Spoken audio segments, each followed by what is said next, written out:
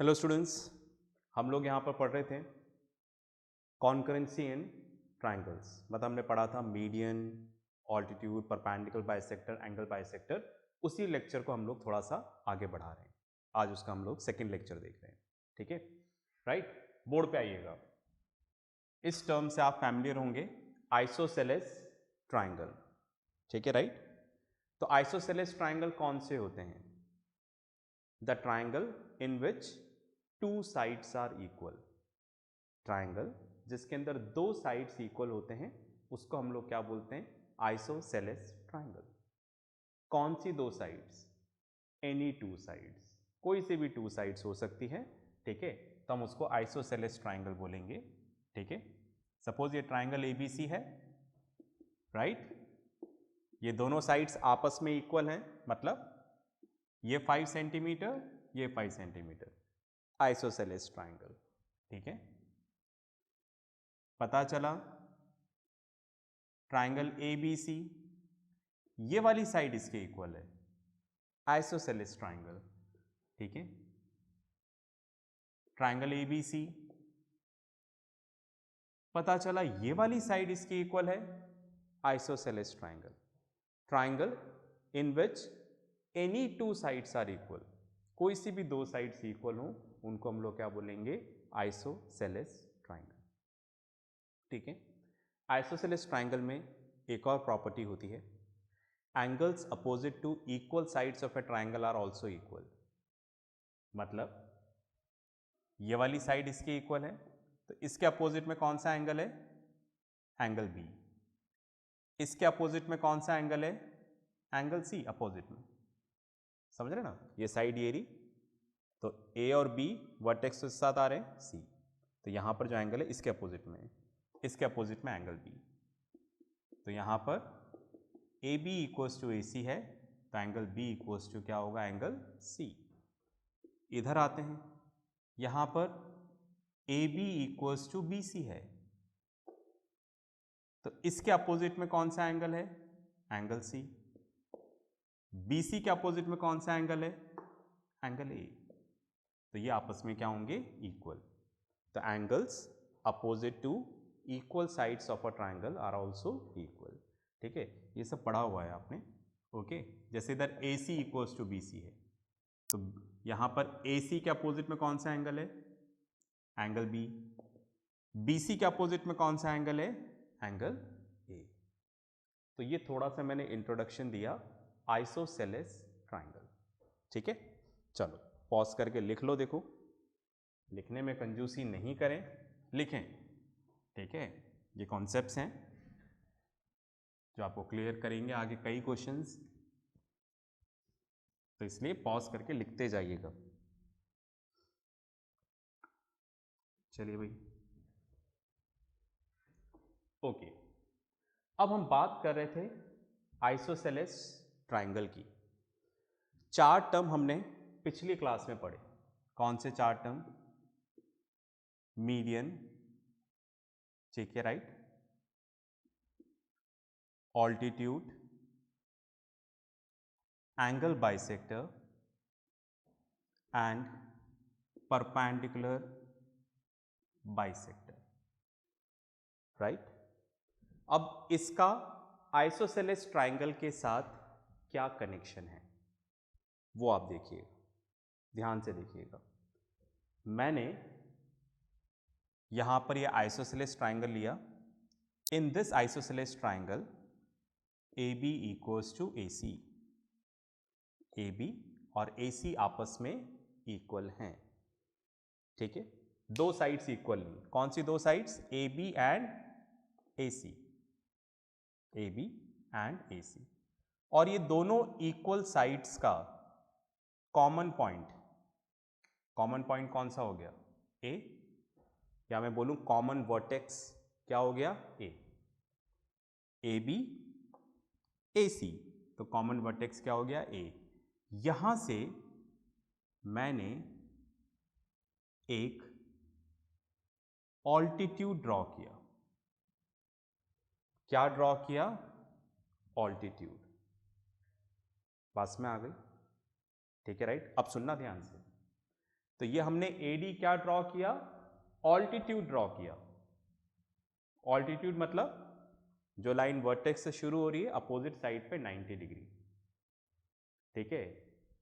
तो आप देखिएगा ये लाइन क्या होगी, ये ऑटोमेटिकली मीडियन भी हो जाएगी, एंगल बाइसेक्टर भी हो जाएगी और परपेंडिकुलर बाइसेक्टर भी हो जाएगी, तीनों ऑटोमेटिकली हो जाएगी। बस में आ गई। मतलब आपने तो ऑल्टीट्यूड ड्रॉ किया था, पर ये अपोजिट साइड को बाइसेक्ट भी करेगा, ठीक है, राइट। इस एंगल को भी बाइसेक्ट करेगा, सब करेगा, ये ऑटोमेटिकली हो जाएगा। तो मैं ये कहना चाह रहा हूं कि आपने ऑल्टीट्यूड ड्रॉ किया, बाकी तीनों ये ऑटोमेटिकली हो जाएगा। मतलब आपने तो एडी ऑल्टीट्यूड ड्रॉ किया था, AD is perpendicular to BC, है ना। एटी आपने ऑल्टीट्यूड ड्रॉ किया था, पर अब ये एडी क्या है, मीडियन भी है, एंगल बाइसेक्टर भी है, परपेंडिकुलर बाइसेक्टर भी है। आप बोलोगे AD is a median, AD is a altitude, तो ड्रॉ कराइए आपने, AD is a angle bisector and AD is a perpendicular bisector, right. तो ऐसा क्या सिर्फ ऑल्टीट्यूड ड्रॉ करने पे होगा? नहीं, इन चारों में से कुछ भी ड्रॉ कर लो। अगर आप इसको ऑल्टीट्यूड ड्रॉ नहीं करके मीडियन ड्रॉ करोगे तो बाकी तीनों ऑटोमेटिकली हो जाएगा। अगर आप एंगल बाइसेक्टर ड्रॉ करोगे बाकी तीनों ऑटोमेटिकली हो जाएगा, परपेंडिकुलर बाइसेक्टर ड्रॉ करोगे बाकी तीनों ऑटोमेटिकली हो जाएगा, राइट। बिल्कुल ऐसा ही होगा, फाइन। तो आप इन चारों में से कोई एक ड्रॉ कर लो, बाकी ऑटोमेटिकली हो जाएंगे, ठीक है, फाइन। तो आप मीडियन ड्रॉ करो, ऑल्टीट्यूड ड्रॉ करो, ठीक है, फाइन, बाकी चीज़ें अपने आप हो जाएंगी। तो कहने का मतलब ये जो लाइन है ये मीडियन भी है, ये ऑल्टीट्यूड भी है, ये एंगल बाइसेक्टर भी है और ये परपेंडिकुलर बाइसेक्टर भी है, राइट। तो क्या ऐसा हर ट्राइंगल में होता है? Answer is no, right. तो क्या ऐसा आइसोसेलेस ट्राइंगल में होता है? आंसर इज यस, ऐसा आइसोसेलेस ट्राइंगल में होता है। क्या हर कंडीशन में होता है आइसोसेलेस की? आंसर इज नो, हर कंडीशन में नहीं होता।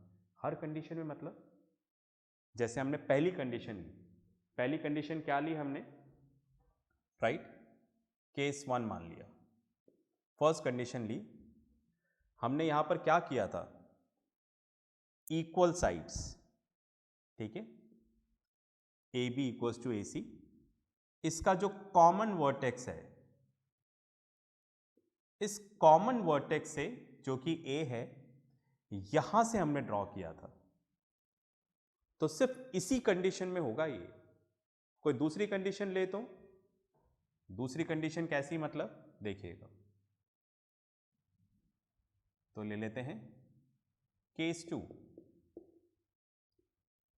सपोज हमने ये आइसोसेलेस ट्राइंगल लिया, ट्राइंगल ए बी सी, जिसमें ए बी और ए सी आपस में इक्वल है, ठीक है, और इन दोनों इक्वल साइड्स का कॉमन वर्टेक्स क्या हो गया, ए, ठीक है, कॉमन वर्टेक्स क्या हो गया, ए। इस ए को नहीं लेना है, इस ए को छोड़कर बाकी दोनों में से कोई सा भी ले लो, बी या सी ले लो। कौन सा लोगे? सुनाई नहीं दे रहा, जोर से बोलो, कौन सा लोगे? बी। चलिए बी ले लेते हैं। बी से मैंने क्या किया, परपेंडिकुलर ड्रॉ किया, मतलब ऑल्टीट्यूड ड्रॉ किया, राइट। मैंने क्या ड्रॉ किया, BE, BE is perpendicular to AC, ये हमने ऑल्टीट्यूड ड्रॉ किया, ठीक है। तो ये median, angle bisector, perpendicular bisector, ये तीनों हो ऐसा ज़रूरी नहीं है, राइट? बस में आ गई? ओके, आप समझ रहे हैं मेरी बात? अगर आप कॉमन वर्टेक्स जो इक्वल साइड्स का कॉमन वर्टेक्स है, इसको छोड़कर किसी वर्टेक्स से आप ड्रॉ करते हो, इन चारों में से कोई भी एक ड्रॉ करते हो, तो बाकी तीनों ऑटोमेटिकली नहीं होगा। ऐसा जरूरी नहीं है कि हो, राइट? पर इस केस में तो कंपलसरी होगा। समझ गए क्या मेरी बात? समझ पाए मेरी बात? तो मैंने क्या बोला कि कॉमन वर्टेक्स को छोड़ दो, इसको, ठीक है, इधर देख ही चुके हैं अपन, कॉमन वर्टेक्स को छोड़ दो, इसको छोड़कर अगर आप बाकी कोई वर्टेक्स लोगे तो ये करिश्मा हो, ऐसा जरूरी नहीं है, ठीक है, राइट? और मेरी तरफ से ये नहीं होगा। बस में आ गई? फाइन। तो अगर आप चाहते हो कि इन चारों में से कोई एक ड्रॉ करो और बाकी तीनों ऑटोमेटिकली हो जाए, तो उसके लिए आपको क्या लेना पड़ेगा? इक्वल साइड्स का कॉमन वर्टेक्स लेना पड़ेगा, तो फिर ये जादू होगा, अदरवाइज ये जादू नहीं होगा, ठीक है, राइट? बहुत सारी चीज़ें और भी हैं, है ना, पर मुझे आपके लेवल से बतानी पड़ रही, तो इतना मैं आपको समझा रहा हूँ। इतना क्लियर है? पॉज करके लिख लो, है ना, बहुत इंपॉर्टेंट बात है ये।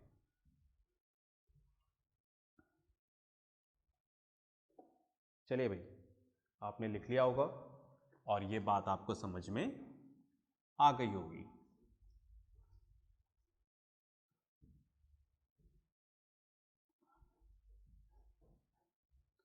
अब इन चारों को हम लोग पढ़ते हैं इक्विलेटरल ट्रायंगल के रेस्पेक्ट में, कि भाई वहां पर क्या है।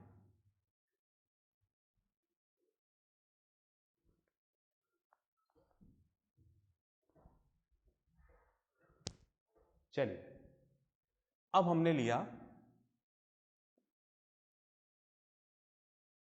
इक्विलेटरल ट्रायंगल, ठीक है। इक्विलेटरल ट्रायंगल वो ट्रायंगल होता है, राइट, जिसमें तीनों साइड्स इक्वल होती हैं, A B, B C and A C, ठीक है। All the three sides are equal, ठीक है, fine, and all the three angles are equal, okay, fine. तो इक्विलेटरल ट्रायंगल में तीनों साइड्स इक्वल होती हैं और तीनों एंगल्स भी इक्वल होते हैं, angle A, angle B, angle C, और इनका मेजरमेंट कितना होता है? 60 डिग्री, ठीक है। इतना हमें इसके बारे में पता है। अब हमें देखना है इसको, जो हमने पढ़ा है, क्या पढ़ा है? मीडियन, ठीक है, altitude, angle bisector and perpendicular bisector के कंटेक्स्ट में पढ़ना है हमें इसको, ठीक है, राइट। तो वही काम करते हैं जो हमने आइसोसेलेस ट्रायंगल में किया था, ठीक है। अब आप देखो, तीन वर्टेक्स है, ठीक है, राइट। यहां पर कोई केस 1, केस 2, केस 3 नहीं है, सिर्फ एक ही बात है। क्या बात है? अगर इक्विलेटरल ट्रायंगल है तो आप क्या करें?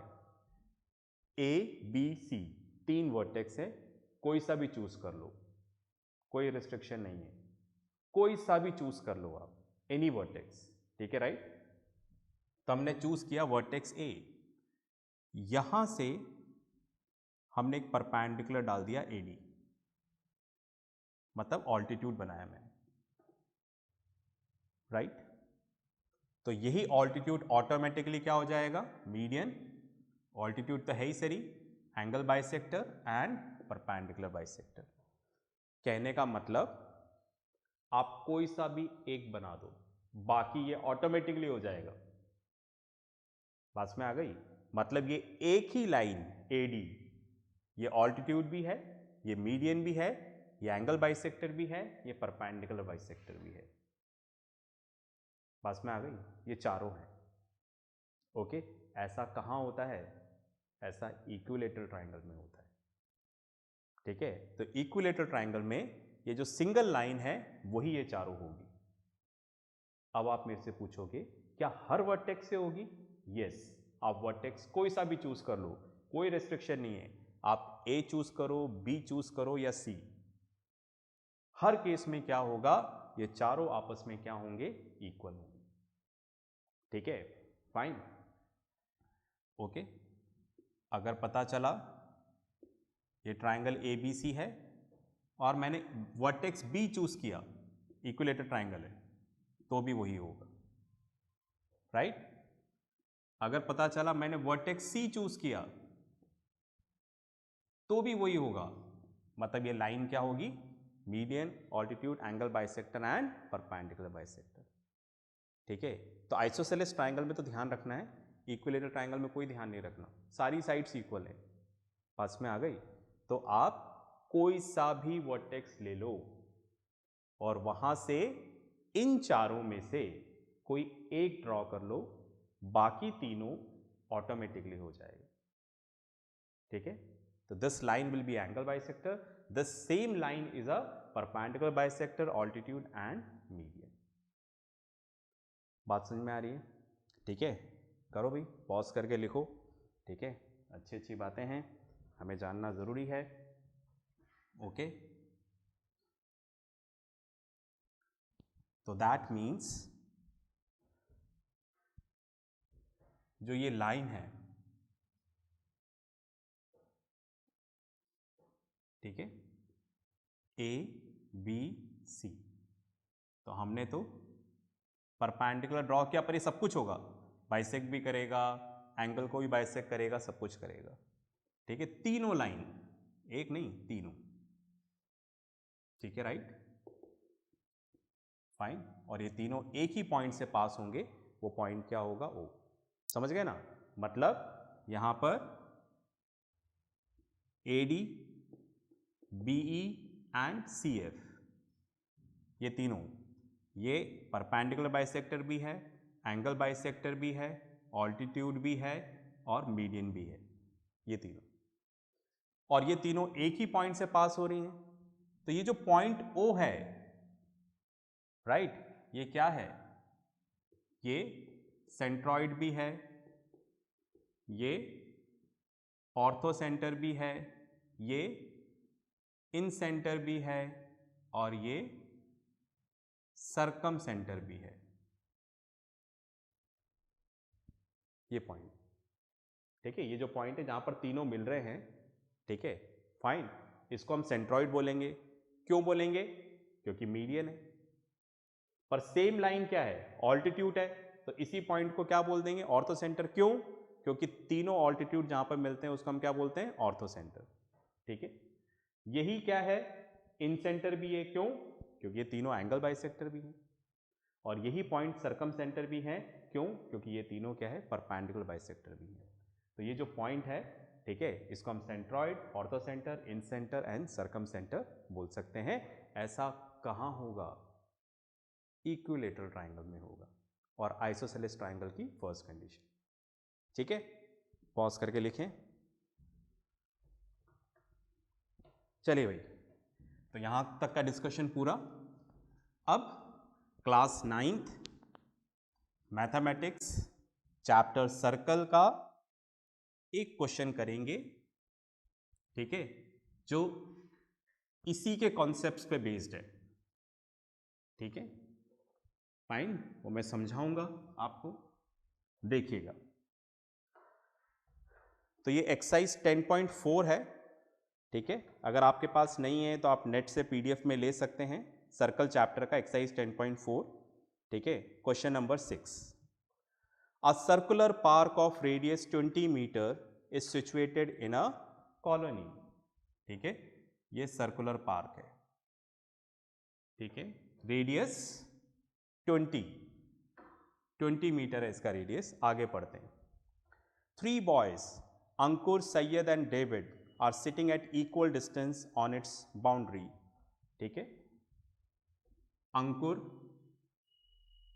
राइट, सैयद एंड डेविड, ठीक है, तीनों इक्वल डिस्टेंस पे बैठे हैं। ओके, बात में आ गई? अंकुर, सैयद एंड डेविड, तीनों इक्वल डिस्टेंस पे हैं। अगर तीनों इक्वल डिस्टेंस पे है तो पहला पॉइंट हम क्या बोल सकते हैं, triangle ASD is an equilateral triangle. मैं इसका प्रॉपर सॉल्यूशन नहीं करूंगा, सिर्फ आपको कॉन्सेप्ट समझाऊंगा, ठीक है। आगे पढ़ते हैं, दोबारा पढ़ता हूं line. 3 boys Ankur, Syed and David are sitting in equal distance on its boundary, each having a toy telephone in his hand to talk each other, find the length of the string of each phone. ठीक है, तो phone बना रखा है, toy phone, ठीक है, आप भी बना सकते हैं। डिस्पोजल ग्लास ले लें, ठीक है, एक पतला सा पाइप आता है कैपिलरी, ठीक है, राइट, वो पाइप है, उसको आप एंड टू एंड कनेक्ट कर दें, तो आप यहाँ से बोलेंगे तो उसको उधर सुनाई देगा। तो ऐसा कर रहे हैं, और ये स्ट्रिंग है यहाँ से यहाँ तक की, यहाँ से यहाँ तक की, यहाँ से यहाँ तक की, तो आपको निकालनी है लेंथ ऑफ द स्ट्रिंग। तीनों बराबर है स्ट्रिंग, ठीक है, राइट, इक्विलेटरल ट्राइंगल है, हमें बता रखा है AS, ST और DA ये तीनों आपस में इक्वल है, इसलिए क्या है, इक्विलेटरल ट्राइंगल है। तो आपको कोई सी भी एक साइड निकाल लेनी है, ठीक है। तो आप ध्यान से देखिए, शुरुआत करते हैं सोचने का। सबसे पहले आपको यहाँ पर एक सेंटर दे रखा है, सेंटर O, और ये सर्कल है। मैं बोलूँगा कि ये सर्कल क्या है, सर्कम सर्कल है, राइट। मैं क्या कहना चाहता हूँ, ये क्या है, circum circle of equilateral triangle AST, ठीक है, फाइन। अगर ये सर्कम सर्कल है तो जो पॉइंट O है ये क्या हो गया, सर्कम सेंटर हो गया। पास में आ रही है, सर्कम सर्कल और सर्कम सेंटर। अब मैंने आपको समझाया था, अब आप सोचो कि ये सर्कम सर्कल बनता कैसे है, कैसे बनाएंगे। ओके, तो मैंने आपको तरीका बताया था, जैसे ट्राइंगल ले लो, ठीक है, ट्राइंगल ABC, इसका परपेंडिकुलर बाइसेक्टर ड्रॉ करो, ठीक है, फाइन। फिर इसका परपेंडिकुलर बाइसेक्टर और इसका परपेंडिकुलर बाइसेक्टर। परपेंडिकुलर बाइसेक्टर कैसे ड्रॉ करते हैं वो भी मैंने बताया आपको, और तीनों जिस पॉइंट पे मिलते हैं उस पॉइंट को सेंटर मान के और वर्टेक्स तक का पार्ट रेडियस मान के जब आप ड्रॉ करोगे, राइट, तो आपको क्या मिलेगा, सर्कम सर्कल। तो इस तरह से सर्कम सर्कल बनता है। तो कहने का मतलब ये हो गया कि अगर मैं इसकी कोई सी भी साइड ले लूं, सपोज ये ले लिया, और इसका अगर मैं परपेंडिकुलर बाइसेक्टर ड्रॉ करूं, ठीक है, परपेंडिकुलर बाइसेक्टर ड्रॉ करूं, तो फिर वो सेंटर से ही पास होगा, ठीक।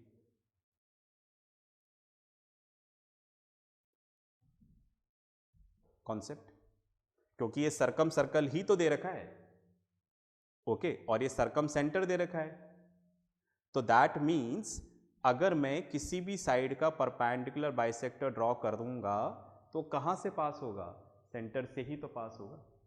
आप इसका भी ड्रॉ कर लो, इसका भी ड्रॉ कर लो, तीनों इसी पॉइंट पे आ जाएगा, O पॉइंट पे, सर्कम सेंटर। पहला कॉन्सेप्ट है ना, बहुत सारी चीजें है ना, राइट, ओके, इतनी बात क्लियर हो गई, फाइन। अब मैं आपको बताना चाह रहा हूं कि ये कौन सा ट्राइंगल है, इक्विलेटरल ट्राइंगल।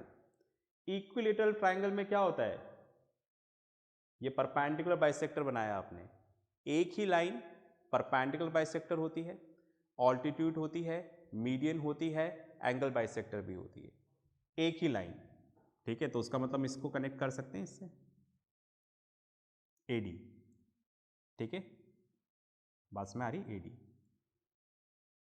ये जो AD है, ये है तो क्या, हमने तो क्या बनाया है इसको, परपेंडिकुलर बाइसेक्टर बनाया है, क्योंकि ये सर्कम सर्कल था, सर्कम सेंटर था, तो हमने इसको क्या बनाया है, परपेंडिकुलर बाइसेक्टर बनाया है। पर ये ऑटोमेटिकली क्या हो जाएगा, ये ऑटोमेटिकली मीडियन हो जाएगा, ठीक है राइट, ऑल्टीट्यूड हो जाएगा, एंगल बाइसेक्टर हो जाएगा, और परपेंडिकुलर बाइसेक्टर तो हमने बनाया ही है, ठीक है, समझ गए मेरी बात? एक मिनट मैं डस्टर ले लूं। ओके, इतनी बात समझ में आ रही है आपको? तो हमने कहां से क्वेश्चन शुरू किया था कि भाई ये इक्विलेटरल ट्रायंगल है, ये सरकम सर्कल है। अगर ये सरकम सर्कल है, ऐसा हम पहुंच गए थे यहां तक, तो ये पॉइंट क्या होगा? सरकम सेंटर। और ये पॉइंट कैसे आएगा, कैसे बनता है सरकम सर्कल? जब आप परपेंडिकुलर बाइसेक्टर ड्रॉ करो। तो हमने क्या किया? परपेंडिकुलर बाइसेक्टर ड्रॉ कर दिया, तो ये लाइन क्या होगी? ठीक है राइट, फाइन। ये लाइन मीडियन भी होगी, ऑल्टीट्यूड भी होगी, एंगल बाइसेक्टर भी होगी, परपेंडिकुलर बाइसेक्टर भी होगी, ठीक है। आप पॉज करके लिखो इसको, क्योंकि कुछ कुछ मिटाना पड़ेगा मुझे। पहले आप लिख लो, फिर मैं मिटाता हूँ। चलिए भाई, आपने इतना लिख लिया होगा, तो मैं इसको रब कर दूँ, है ना? थोड़ा समझने में मुश्किल आती है। देखो, एक तो मैं आपको इस क्वेश्चन को रटवा देता, क्या भी ऐसे ऐसे हो जाएगा, रट लो, और एक मैं आपको समझा रहा हूँ, तो आप भी कोशिश करें, है ना? मतलब पूरा लेक्चर मैंने एक लेक्चर अलग से लिया आपको समझाने के लिए, और इसी क्वेश्चन को समझाने के लिए लिया, ठीक है। तो दोबारा बोलता हूँ मैं यहाँ पर, हमसे बोला गया अंकुर, सैयद, डेविड इक्वल डिस्टेंस पे हैं। अगर इक्वल डिस्टेंस पे तो उसका मतलब क्या हो गया? AS SD, सॉरी, इस पॉइंट को अपन अलग कर लें, M कर लेते हैं, D पॉइंट था इसलिए यहाँ पर, SD एंड DA, ये तीनों आपस में इक्वल हैं। तीनों आपस में इक्वल है तो क्या हो जाएगा? इक्विलेटरल ट्रायंगल, ठीक है। दोबारा बताता हूं, अब इक्विलेटरल ट्रायंगल है अंकुर, सैयद, डेविड, ये इक्विलेटरल ट्रायंगल है, और इन तीनों के वर्टेक्स से सर्कल पास हो रहा है, तो इस सर्कल को हम लोग क्या बोलेंगे? इस सर्कल को हम लोग बोलेंगे सरकम सर्कल। तो ये सर्कल है, तो इसका कहीं ना कहीं तो सेंटर भी होगा, तो ये सेंटर O, सरकम सेंटर। तो मैंने आपको बताया सर्कल कैसे बनता है, परपेंडिकुलर बाइसेक्टर ड्रॉ करके, है ना? इसका ड्रॉ कर लो, इसका ड्रॉ कर लो, इसका, ये पॉइंट O हो जाएगा, इसको रेडियस मानकर ये, ठीक है। तो हमने यहाँ पर ड्रॉ किया AM कर लेना, है ना, क्योंकि D पॉइंट था वहाँ पर। ये हमने परपेंडिकुलर बाइसेक्टर ड्रॉ किया, जो इसको बाइसेक्ट कर रहा है, 90 डिग्री का एंगल भी बना रहा है। तो यही लाइन क्या हो जाएगी? मीडियन भी हो जाएगी, altitude, angle bisector, perpendicular bisector, ठीक है। यही लाइन सब कुछ हो जाएगी, फाइन। अब आप ध्यान से देखो, हमने परपेंडिकुलर बाइसेक्टर बनाया है इसको, पर एक लाइन बनाते ही बाकी तीनों ऑटोमेटिकली हो जाता है। तो ये क्या हो जाएगा? ये मीडियन भी है, ठीक है। बनाया परपेंडिकुलर बाइसेक्टर है, फाइन, पर ये मीडियन भी है।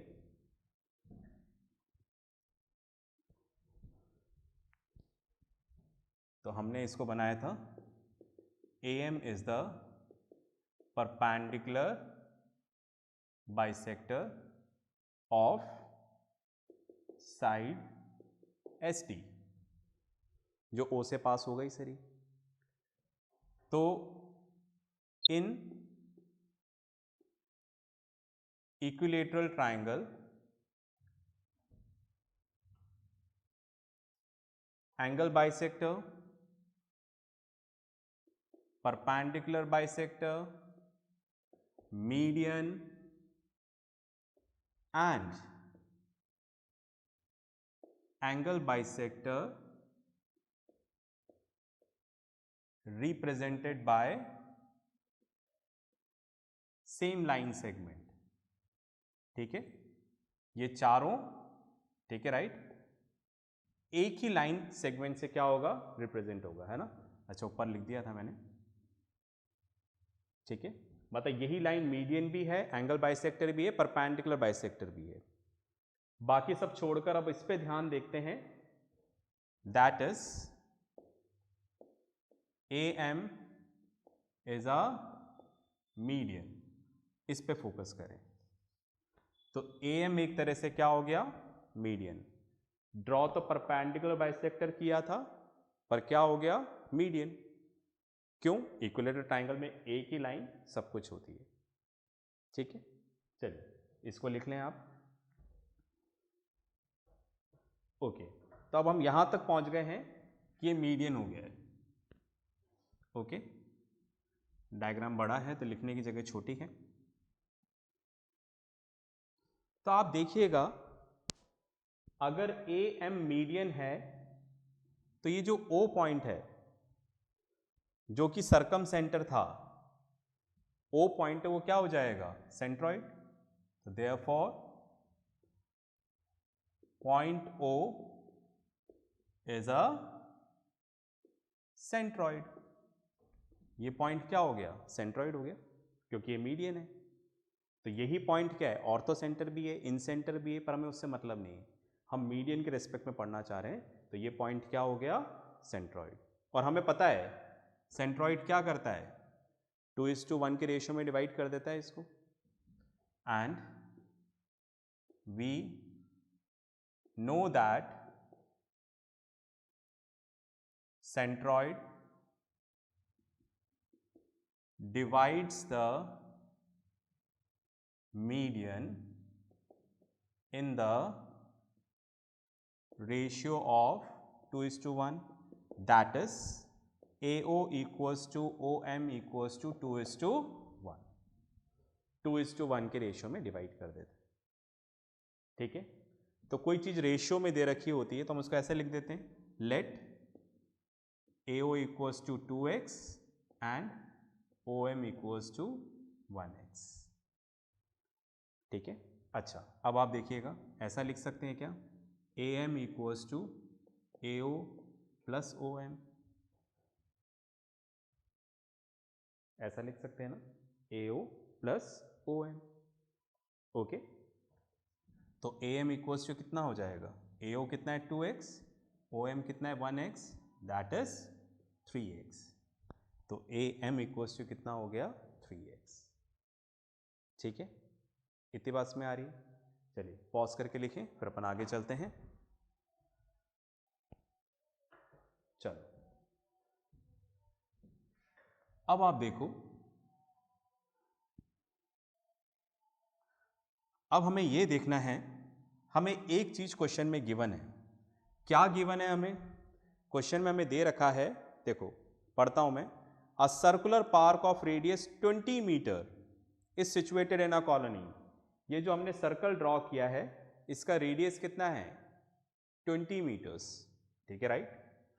तो radius O A equals to 20 metre, right. O A equals to 20 metre. कितनी बात में आ रही है, ठीक है, फाइन। ये रेडियस ही तो है ओ ए, तो ये कितना हो गया, 20 मीटर हो गया। इतना क्लियर है, ये वाली बात क्लियर है, ठीक है। चलिए तो आप देखिएगा, ओ ए को हमने क्या माना है, 2x। ठीक है, राइट। और ओ ए हमें कितना दे रखा है, 20, तो ये दोनों इक्वल हो जाएंगे। भाई हमने इसको 2x माना है, मैंने मिटा दिया था, लिखा हुआ था, राइट। तो x इक्वल्स टू कितना हो जाएगा, 10, x की वैल्यू आ गई 10। पर हमें निकालना है यहां पर am। क्यों निकालना है am, आपको पता नहीं लग रहा होगा, ठीक है, निकाल लेते हैं। am कितना है, 3x, तो 3 इंटू 10 दैट इज 30 मीटर्स। और am क्या है, am क्या है यहां पर, ऑल्टीट्यूड भी है, ठीक है। am is the altitude of an equilateral triangle. और ऑल्टीट्यूड का फॉर्मूला क्या होता है इक्विलेटरल ट्राइंगल में, ऑल्टीट्यूड का फॉर्मूला होता है √3/2 साइड। ठीक है, इतना लिखो, फिर आगे चलते हैं।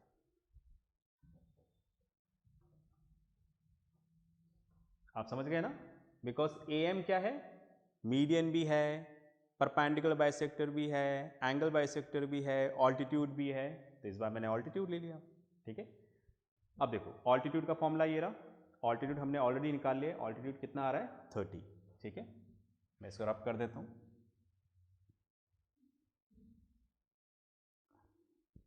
ठीक है, तो ऑल्टीट्यूड हमने यहां पर क्या लिया है? AM। ऑल्टीट्यूड की जगह रख दिया AM equals to √3/2 side. Side मतलब किसकी side? Side of a equilateral triangle, this AS ST and D। तो ये हमने कितना दे रखा है? 30 √3/2 इंटू साइड। ठीक है, फॉर्मूले का काम हो गया।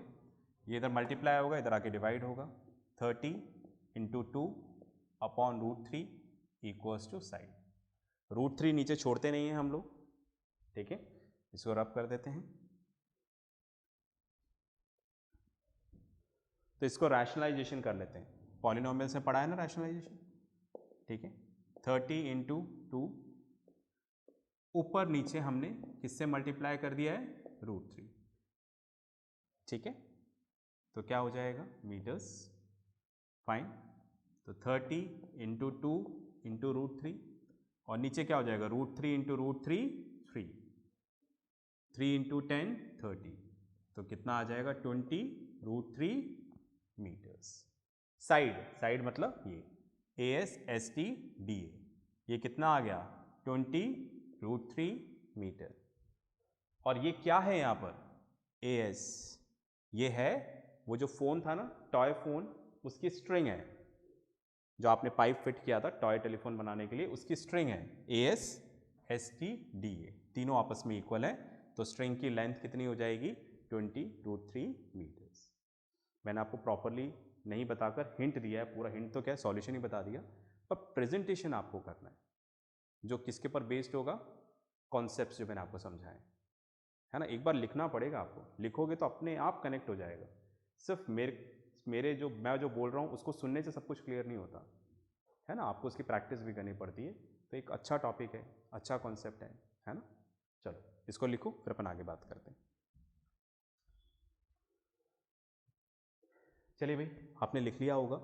तो जैसा कि मैं बोल रहा था, इसको आप खुद करेंगे, पूरा लिखना अच्छे से, स्टेटमेंट पूरा अच्छे से, कौन सी चीज़ क्या है, फिर लेक्चर देखना, मतलब नोट्स की तरह इस क्वेश्चन को करना और हमेशा के लिए अपने पास रख लेना इस क्वेश्चन को, जो आपको इतनी सारी चीज़ें क्लियर कर लेता हो।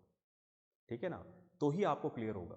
अभी मैं आपको समझाऊंगा ना, और आपका अगर 50% भी क्लियर हो गया ना, तो उसका मतलब है कि मेरा काम पूरा हो गया, क्योंकि बाकी 50% सिर्फ उसी बच्चे को समझ में आएगा जो इसके साथ मेहनत करेगा। ठीक है, और वो 100% हो जाएगा डेफिनेटली, आपको किसी टीचर की हेल्प की ज़रूरत नहीं पड़ेगी, पर आपका हो जाएगा। ठीक है, तो जैसा मैं बोल रहा हूँ वैसा करिएगा, बिकॉज इसके लिए, इस क्वेश्चन को समझाने के लिए मैंने इतनी मेहनत करी है। मैं चाहे तो आपको रटवा भी देता कि देखो ऐसा ऐसा होता है, और 4 लाइन में क्वेश्चन कर देता। उसके लिए मैंने पूरे 2 लेक्चर्स लिए। ठीक है, राइट, फाइन, बिकॉज एक अच्छा क्वेश्चन है, कॉन्सेप्ट क्लियर करता है। ठीक है, तो मैथमेटिक्स पढ़ने का मतलब ये नहीं कि हम सिर्फ क्वेश्चन आंसर सॉल्व करते रहें, हम इस तरह से पढ़ें कि आगे फ्यूचर में कोई सा भी क्वेश्चन आता है तो हम उसको कर सकें। ठीक है, तो इसके साथ जो भी होमवर्क आता है उसको ज़रूर करिएगा। तो नेक्स्ट क्लास में मिलते हैं, ठीक है, नेक्स्ट क्वेश्चंस के साथ। तब तक प्रैक्टिस करते रहें, पढ़ते रहें, और सबसे इम्पॉर्टेंट, अपना ध्यान रखें। बाय।